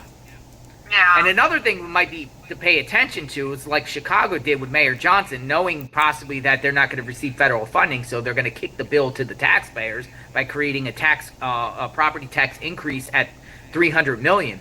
Wouldn't shock me that Mayor Wu and her little cronies there come up with some proposals that the taxpayers foot this in sneaky ways, sneaky type of taxes on the next budget. Wouldn't shock me. Yeah, well, the other person here in Massachusetts that you talked about was Governor Maura Healey. Now, she is somebody who, I was looking up some stuff on her today. So, when Trump was president previously, she sued the Trump administration almost 100 times. What? At the time, she was the Attorney General. Oh, yeah. She, one of the lawsuits was over Trump's travel ban, when he had the travel ban on certain Muslim countries. So Governor Healey previously was the Attorney General, and yeah, she sued the Trump administration almost 100 times. So she is somebody who probably will continue that same behavior. Here's an article here. She sued the Trump administration in 2020 over a legal ploy to exclude undocumented immigrants from census data, which is interesting. So, I mean, her whole platform is suing the Trump administration and suing when it comes to illegal immigrants and other issues like that. Yeah, so that's kind of her thing. That's what she does. Noted. I did not know that. Yeah, so, I would expect that to continue to a certain extent. Now, some of these things, though, I don't think that the public has an appetite for anymore. I think things have really changed over the last 4 years, and people are really fed up. So I can't imagine that she would have the same widespread support for doing that the way she might have the first time around, because the first time around, it seemed like everybody was suing the Trump administration every day for something. Yeah, look, Magnolia. Look, like, I just want to show the viewers this. She sued Trump nearly 100 times as Massachusetts AG. Yeah. So she was the AG, then she became the governor. So, interesting. Yeah. So, but one thing, with all of these people we're talking about across the board, I think if you watch closely, what you're seeing right now in their speeches and their interviews, they are really trying to play both sides. They're trying to hang on as long as they can, and they're trying to play both sides. And what I mean by both sides, you have the one side that is very empathetic, sympathetic towards immigrants and want them to have a better life and think that they deserve to come to America to get a better life. So there's a lot of people that feel that way. So they're trying to play to those people by saying words like, we want to protect all of our communities in Boston, and we want them to feel safe, and this is a safe space for them. So they say things like that to sort of cater to that thinking of, we care about migrants and we want to help them. So they have to cater to that, but then at the same time, they're trying to say, oh, well, we're very strong on participating in human trafficking and drug trafficking and getting the drugs off our streets. And so they're trying to play but to the law. But that's what they're exactly creating. That's exactly what they've been creating, is this problem of making everything unsafe and making, cartels and illegals bringing in drugs and human and sex trafficking and murder rates and other gangs and stuff like that. That's what they've done, the exact opposite. Murder crowd by saying things like that. But the problem is there's a huge gap in between. There's a big gap between caring about migrants and wanting them to be safe versus human trafficking. There's a whole bunch of elements in between there where you have migrants like in New York, like the guy who did the stabbing spree. He's going around committing thefts and burglary, grand larceny, over and over. He's going to prison. He's thrown out back on the street. That's a whole entire segment that's in between those two extremes that these people are simply just ignoring. They're not even mentioning it at all. They're omitting it. They're omitting the information out there for the public. Yeah. I mean, the biggest one that stands out of everyone is Eric Adams, because he is taking those segments who care about migrants and want to help them, and he's also looking at the crime, but he's also looking at everything in between. He's saying yesterday in the press conference, like, how is this guy on the street? Like, what does this say about our criminal justice system that this person has been arrested 8 times, 7 felonies, he just got out of Rikers for something else, now he's on the street and he's committing these crimes? Like, how is that happening? So he's at least addressing that huge gap where these other people aren't really talking about that. And I think that's what is going to drown them out. Those issues have become so prevalent that everyone sees it. Everyone can see it now, because we see with our own eyes veterans on the street because they can't go into the shelters. Like, people are seeing these things happen. Recreation centers shut down in African American communities. And that's a big problem right there. That's a huge issue for these cities, and it's partly why Chicago has exploded on Brandon Johnson, because they are taking places that are supposed to be for low-income, minority neighborhoods, African-American programs, community centers. These places are being completely taken away. And so when you start doing that, you're impacting entire segments of your city, your community, and they're not going to stand for it. They're not going to stand for it. It's, so you're creating all these problems while at the same time all you're saying is we want to protect the immigrants and make sure that they feel safe. That type of language just does not land anymore. It doesn't have the same kick that it had in 2017. It just doesn't.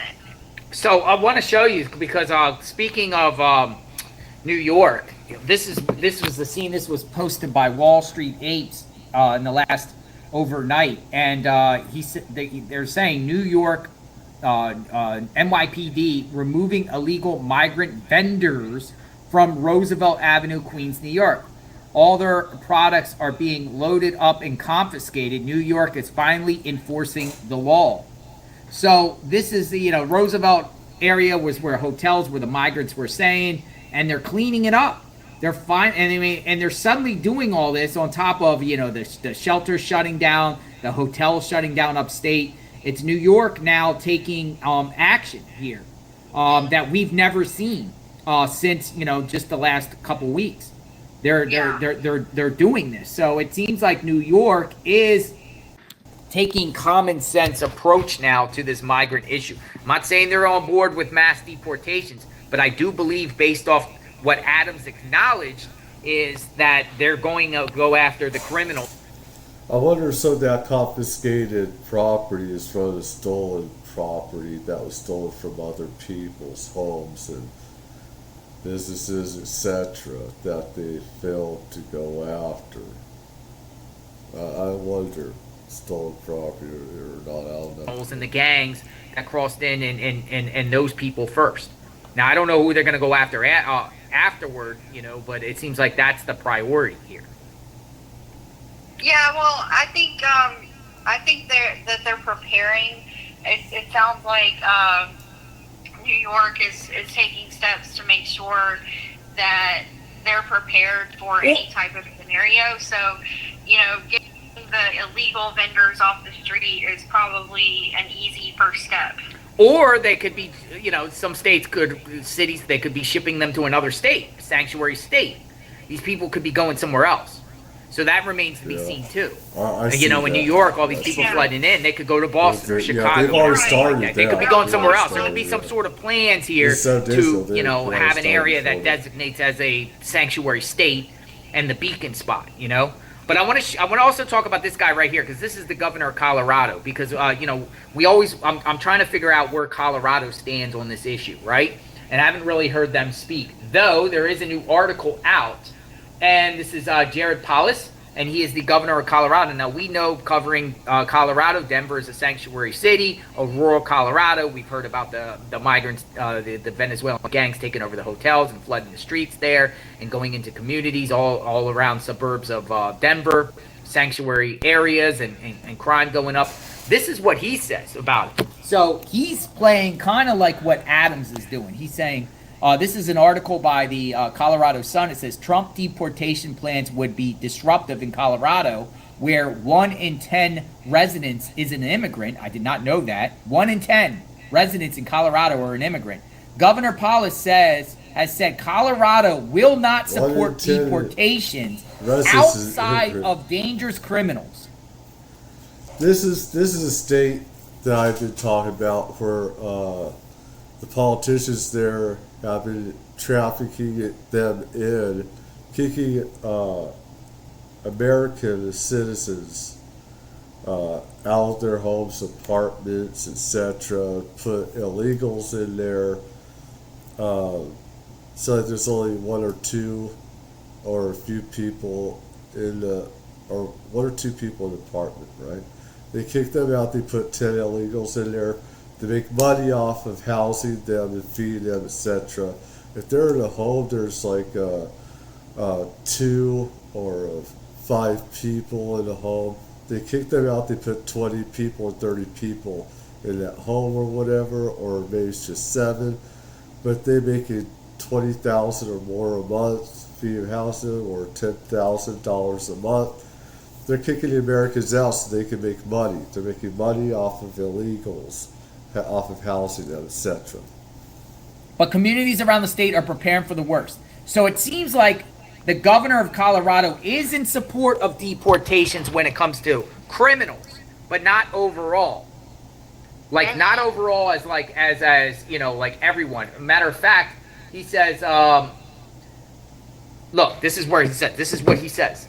Our spokesperson said. The spokesperson says, we are always appreciative of federal assistance to make Colorado safer by prosecuting and deporting dangerous criminals. So they're in support. But we will not support deporting hardworking Americans and targeting innocent children and families. So he's playing kind of like what Adams has been saying. Thank you, AF. Thank you for that comment. AF says, Musk just posted about Matt Gaetz. He is the judge. Dread America needs to clean up a corrupt system and put powerful bad actors in prison. AF is talking about the Attorney General, who might have a role in all this ICE stuff down the line. We shall see on that. Thank you for the comment. But here, like, you know, he's playing both. Like, he's basically. Now, I can understand his position here because, you know, covering the border, I have a lot of different opinions about. I did a video about Matt Gaetz, by the way. Who should be deported and who not. You know, and if we want to just go on personal opinions, you know, I kind of like what he's saying. I'll be honest. You know, I do feel like everyone that has entered in the United States illegally in the last, since 2021, since January 2021, should be vetted, re-talked to, and understand who they are. Because I think everyone that crossed through the southern border, you know, needs to be looked at. I think before that, though, however, before that, I do feel like, you know, if people did cross over the United States illegally over the years, 10 years ago or 5 years ago or, you know, 20 years ago, and are here and they're acclimated to American life and they're paying their taxes and they're staying out of trouble and they're not draining, you know, resources from the taxpayers as far as social services and working a job and love America, I don't want those. I don't have no problem with them staying. I personally don't feel like they should be deported. I don't either. I don't have a problem. I feel like the criminals, absolutely, and the people that you know crossed in the last 3 years should be vetted extremely. But that's my position on it, and that's just my So I'm not one of these hardliners that say deport everybody, deport them all of them, everybody, got to go, no matter what. I understand crazy. It's breaking the law under that statute that Tom Homan said, Title 18 code. But at the same time, if our country, before laws were in place, the country is built on immigration. There's people that crossed over from Europe and formed the United States of America and built it, right? Exactly. And hardworking immigrants. I have no problem with that. Right. So, that's my position. I don't know about your position, but, I kind of want to see what happens here in Colorado when it comes to the governor of Colorado and what they're going to do in Colorado. Well, what I think is that we have laws. We have immigration laws in this country. And I think if there is an immigration law, it should be followed. So, no, I'm not going to say that I don't support mass deportations. But the thing is, whether, it's not as black and white as like, some of them are hardworking families versus they're dangerous criminals.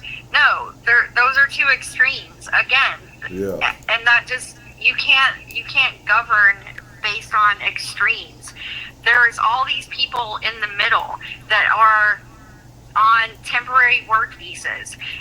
There are laws that say you can apply to get a temporary work visa to come into the United States and do a job. Once it expires, you're supposed to go back to your country. That's the law. So places like Denver ignore those types of laws. Those are the types of laws we're talking about when they say they're a sanctuary city. They're not interested in detaining people that stay past their visas or any of these other laws that are in place. They simply just don't comply. And so you see what happens over time when you have a situation like that. It's like people who may come in on a work visa or some other temporary status once. Truthfully, there are some people that are too extreme in the chat that say just deport everybody. No, I'm not for that. I'm not for that at all. I'm not for that whatsoever. Not everybody. If you're making good, not causing problems, and if you can make your way financially and everything, you have a right to, stay. I mean, it's their time is expired. What will they do? They'll just go to Denver, or they'll just go to Boston, or they'll just go to San Francisco or somewhere else that is not going to enforce the law. So that's why you have so many people in these cities, and now they're overwhelmed because they're just not following the laws. If you just follow the laws, we wouldn't have a lot of these problems. So I don't think it's okay for people these leaders to say, oh, okay, well, we'll comply with some of the laws, but just the ones that we like. We're not going to comply with all the laws, but we're just going to decide that it'll only apply to people involved in human trafficking. And that's when we'll comply. You don't get to pick and choose, because now you see what's happening in these cities. I mean, Denver, some of Denver is on the brink of collapse. Their healthcare system is falling apart because of this. They've spent over $74 million on immigrants. They have healthcare system, the city's resources. There's a lot of resentment there locally and in some of these towns surrounding, like Aurora, and they just, apparently just last year, they passed another bill to restrict local governments from detaining immigrants. So it's just, I think that all of these policies, they've just been stacking up and stacking up. And the migrant crisis over the last 3 years, combined with these policies, has gotten us to where we are. So, no, I think Jared Paulus, like, it's fine what he's saying, but I don't think it's good enough. I don't think it's good enough. I don't think that you can say, oh, well, I'm only going to comply when it's a policy that I like. That's not how this works. If we want to get the immigration system fixed, like all these people claim that they do, the very first thing you can do is simply follow the laws that we already have, enforce those laws, and let's see where we end up. Let's just try that. Let's take baby steps. Let's just comply with the most basic laws and see how quick your town turns around. I mean, that's a thought. When did Denver officially become a sanctuary city? Like, when did they formally adopt that as being a sanctuary? I'm just curious, because again, like, I do agree with you, Magnolia, on a lot what you're saying, and I get it. I totally get it. I mean, because, if there is some rules that say certain people can stay, rules get exploited, they get circumvented, and people take advantage of the rules that are on the books. Just like, what's going on the southern border with, everyone flooding in because they know they can just log on to the CBP app and come on in. They can go through NGOs and come right through the border, and they know that system is allowing them to do that. So when a system is in play, people exploit a system. And exploit it and take advantage of the loopholes. Yeah, and these politicians, these leaders, I mean, they're just gaslighting everybody when they come out here and say these things. It's like, he's like, oh, I don't support deporting anybody at all unless they're a violent criminal. That's just, you're just playing games. You're pretending like you care about the migrants, which you probably don't. Do I believe that Michelle Wu actually cares about migrants? No, I don't believe that for 1 second. I don't believe that she's doing these things out of the kindness of her heart. I don't believe Brandon Johnson is doing it out of the kindness of his heart. I don't believe Gavin Newsom is either. They all get some sort of benefit from this. For them to be so extreme on these issues, they have to be getting something out of it. Whether that is in the form of cheap labor, which, by the way, to me is a humanitarian issue, because you're exploiting these people, you're treating them like they're a product. Slaves. Which is absolutely disgusting. Is that what your benefit is? Well, because that's kind of what I hear when I hear Gavin Newsom talk, because he says things like, oh, well, they're doing the jobs that Americans won't do. Well, that's what Trudell was saying yesterday, and that's where my mind was thinking. Like, you're using people to come over there and build your economy and then kicking them back out. Yep. You're putting them at these like low-paying jobs to be slaves to build your economy and then say kick rocks. This is why I've argued against a bit of a wage hike. I'd be willing to do stuff for less than $20 stupid. I mean, $20 is way too high. It should go back to 15, or less. You're supposed to earn your wages going up. Okay? There's a reason why there's a minimum wage. And leveling up, they're your way up. And news scum, piece of shit news scum, sexual predator he is, along with everything else, is that he believes in, I lost my train of thought. This is what he believes in having this cheap labor. The problem is raising the minimum wage, and he's getting kickbacks from NGOs. He's getting, he and others are getting plenty of kickbacks from this. And they're living in these slumlord places, like we saw in Springfield. They got 20 of them piled up 50, in a house. 50 in a house. Oh, but 50 in a house, you get $100,000 a month. You can get $100,000 a month to house these people. That's why they're kicking Americans out of their own homes, so they can make 50 and $100,000 a month.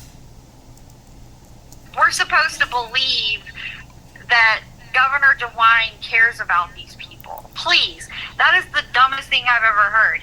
They're getting money from the TPS refugee program for every single one of those people. There's a price on every immigrant's head for all of these cities. And if residents are not waking up to that fact and understanding that these people are just being taken advantage of, they're not being brought in because your city leader cares about them. I mean, does anyone believe that anymore? So do you really think, it's going to go beyond just people that, beyond the criminals, beyond the people that crossed in the last 3 years? You think, the federal government's going to round people up that've been here 10 years, 20 years, 30 years? No, not if they are participating in the process of becoming a citizen. No. I mean, that's what I mean when I say that these leaders are gaslighting. Because there's all different sectors, there's all different types of immigrants that come to this country. There's a million different categories of these people.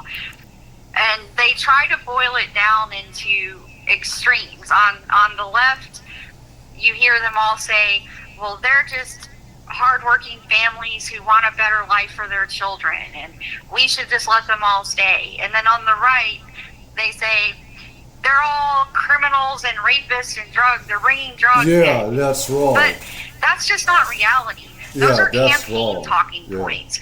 That's not reality. In reality, most of the people that are coming in, they're seeking asylum, or they're coming here because of economic hardship. I said right there, too. They want to bring their family and raise their kids in America.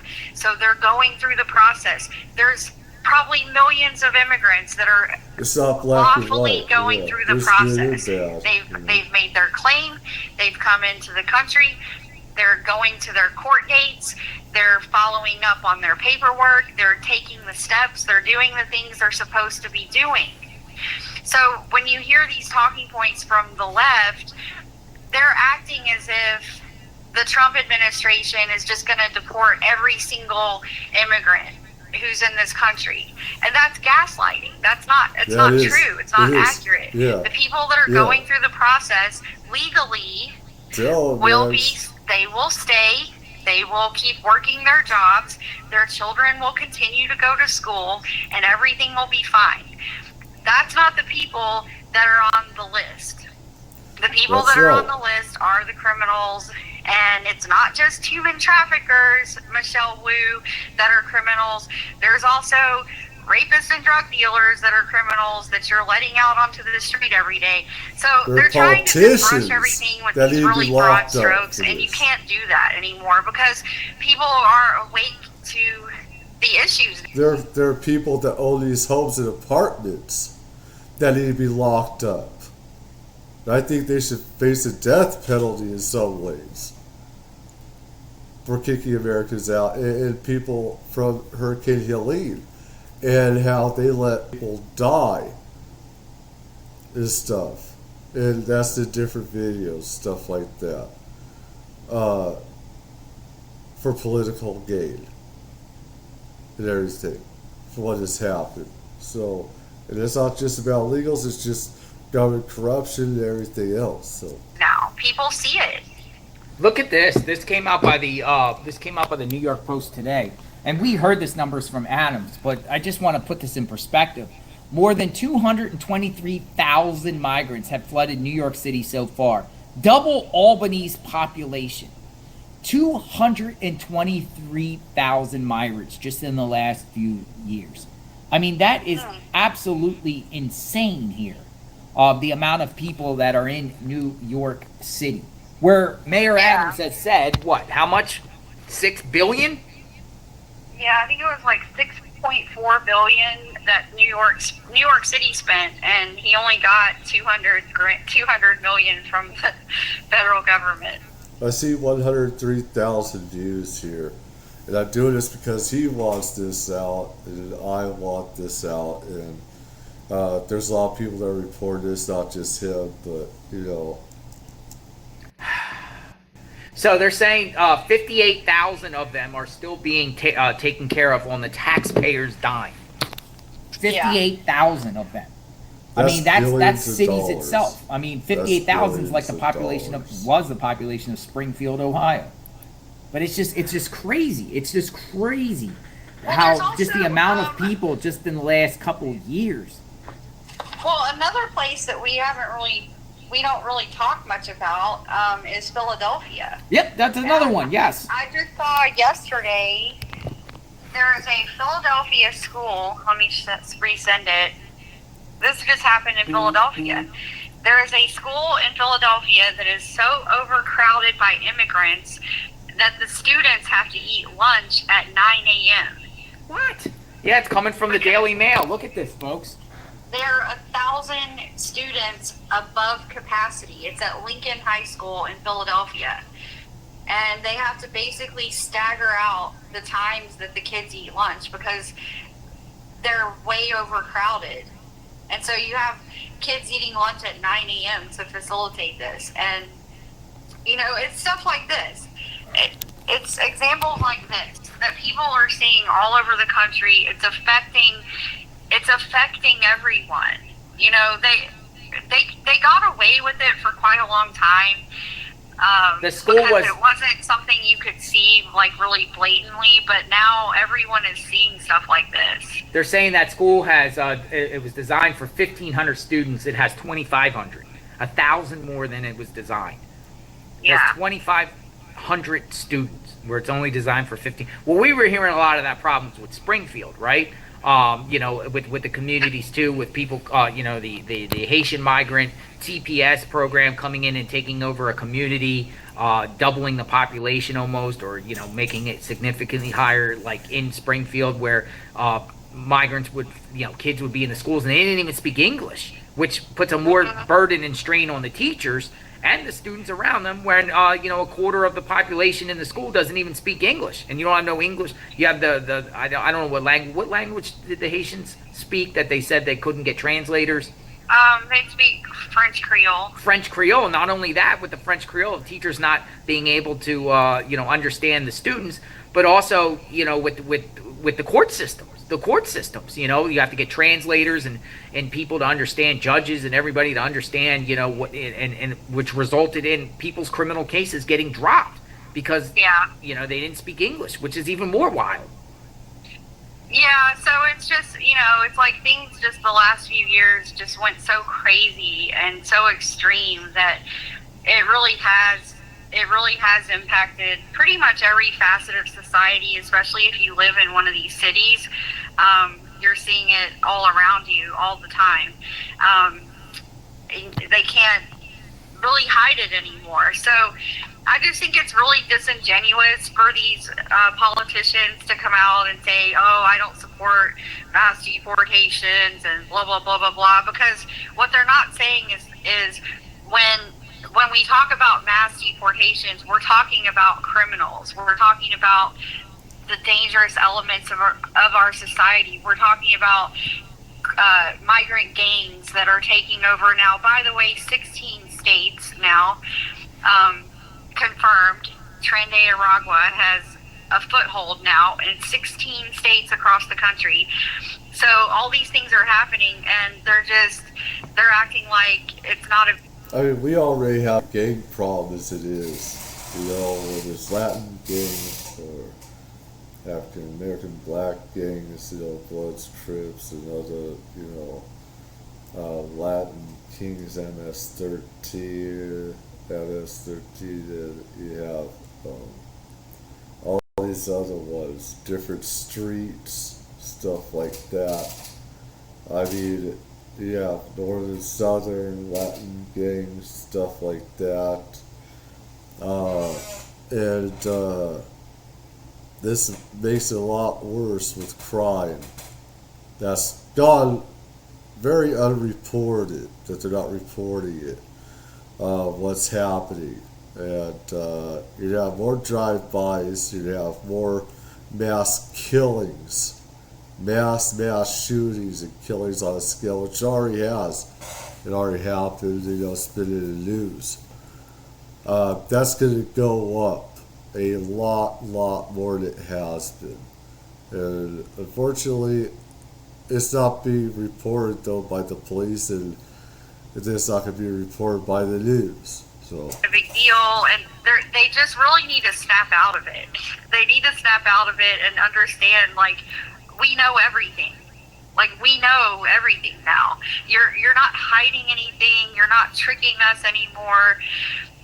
These platitudes about protecting immigrants who want a better life, that stuff, it's just not cutting it anymore. And this handful of politicians that thinks they're going to be the renegades out here, I think they're going to get bowled over. I think they're going to get wiped out by reality. Or, you know, play both sides of the fences and then start catering slowly and backpedaling, you know, to save face. Backpedaling a little bit. We'll see. Or they'll dig in their heels until they get ousted.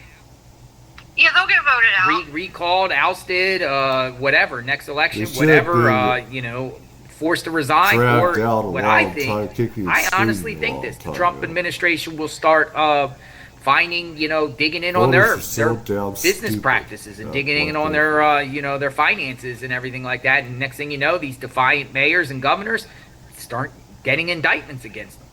Federal indictments for some weird stuff, you know? Right. RICO, money laundering, fraud, kickbacks, bribes. RICO. You can't, as a mayor of one of these cities, you cannot have managed the migrant crisis over the last 3 years without there being some type of corruption going on in your administration. It's just impossible to have avoided that given the levels of people they were having coming through. And that's what we're seeing happen with the Adams administration in New York. He spoke out against the immigration problem. The next thing he knew, only when he was thrown under the bus by Democrats, and they went back if they would get him out of all those felonies that he's gotten himself into. He thought he was protected. They said no. He said, "Fuck you, Democrat brothers, sisters. I'm not gonna do as you tell me. I'm not gonna be your bitch anymore. I'm not gonna be your shill anymore. You know, I'm gonna call you guys out now." That's it. Him and his entire organization is being raided, and they're all getting their phones seized and all this kind of stuff. And you know, they probably did commit some type of corrupt thing with some of these contracts they're dealing with. So if I was Brandon Johnson or Michelle Wu or some of these people, I would probably want to be on my best behavior right now. I would be like super compliant. I would be like, yes, Trump administration, we welcome your immigration policies, sir. Because otherwise, it would take probably 2 seconds, especially if you get Matt Gaetz of all people. Well, that's what AF said. You know, and I appreciate the comment, AF. She said Matt Gaetz is coming. You know, whether you like Matt Gaetz or not, his intention is to do this, go after crooked and politicians, and corrupt politicians. That's going to be one of his things he's going to do, and I think he's going to do it if he's voted in. It'll take about 5 seconds. It would probably take you about 5 seconds. Some of these deportation operations where they may go in and try to sweep up entire criminal elements. So, Aurora, Colorado, places like that where we know these gangs have a stronghold. I can definitely see raids happening in places like that. You mean like ICE going into the apartment complexes and just taking it back? Yeah. Guns drawn and everything? Guns and... Well, they'd have to, because the gangs are armed with all kinds of weapons, so yeah. So are we going to Aurora? Is that where we're going? We'll see. The gangs, the migrant gangs. Very dangerous. Trinity of Ragua. We're going to have to do another segment on them because they've been expanding, particularly, Tennessee now and all over the place. How many cities now? Well, I just saw this morning that they've set up shop in 16 states now. So the ones we knew about before were Colorado, Tennessee, I think New Jersey, and then we heard about Utah. 60 states, people. Anyways, I'm cutting it right here. This has been going on for quite a while, 2 hours, 16 minutes. Tell me you think or whatever. Check out JLR and everything. They put good stuff together. Leave a like, comment. The stuff that we both do reports on and stuff. I have over a long time, over 8 years. I've been seeing it for about 30 years, this happening trend. Anyways, take care. Bless.